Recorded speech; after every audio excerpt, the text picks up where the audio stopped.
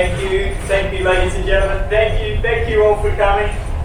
For my first show, what do you call a ship that has drunk too much? A shipwreck.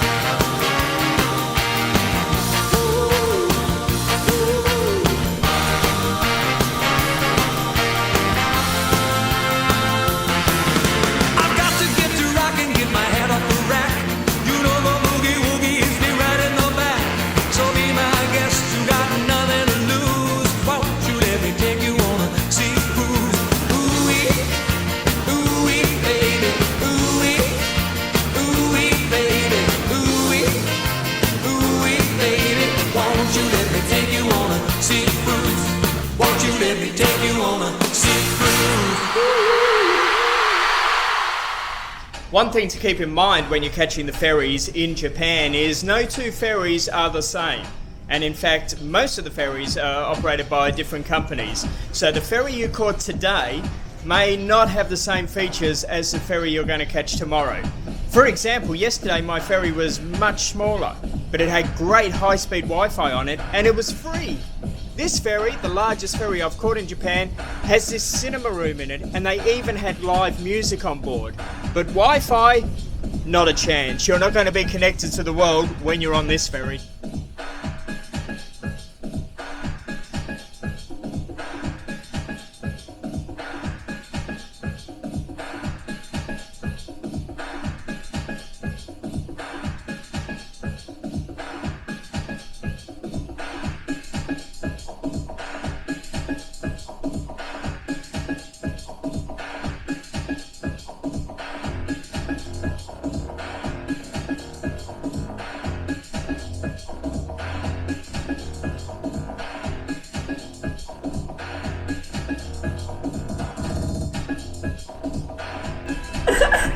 Give it up! I don't want to play anymore! Don't gamble, people. Oh my god. It was 100 yen and it just kept going on and on. I've never been so bored in my life.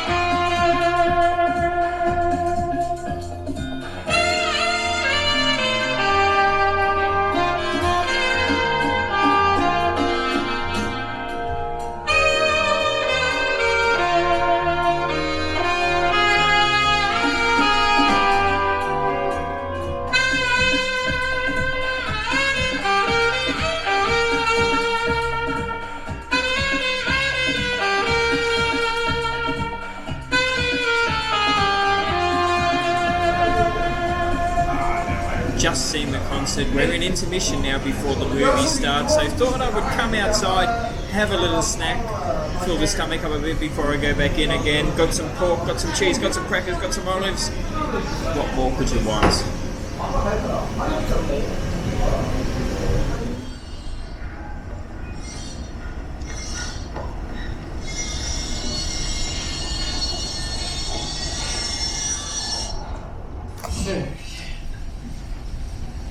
Where'd you get the food?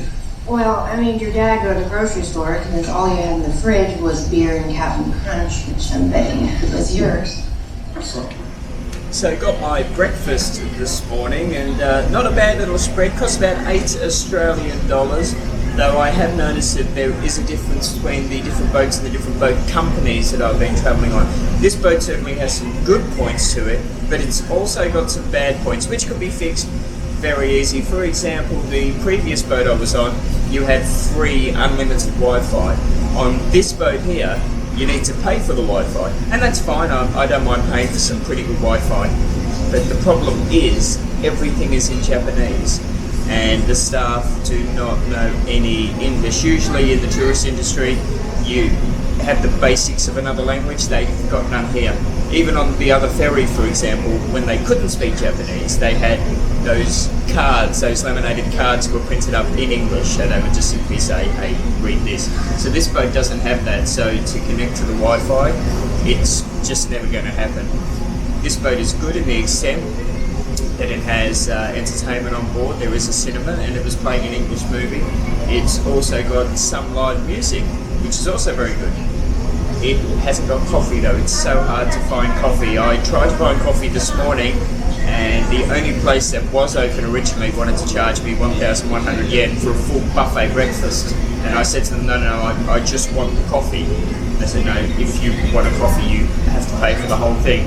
So that was a bit of an issue with this boat as well, especially when you just want a cup of coffee.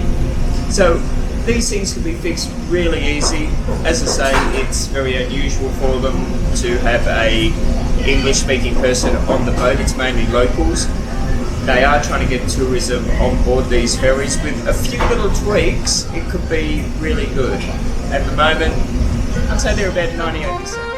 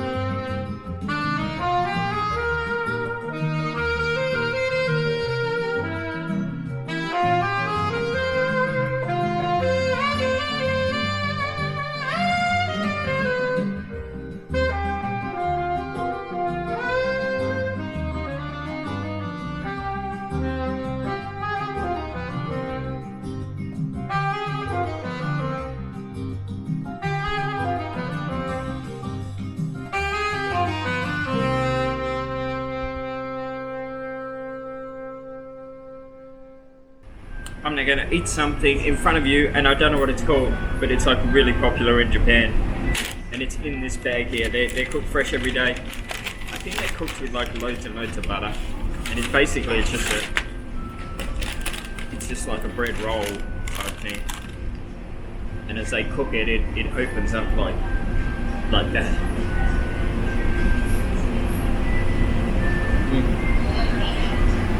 And there's literally just like a real buttery bread roll. Nothing in it, no filling. Very doughy.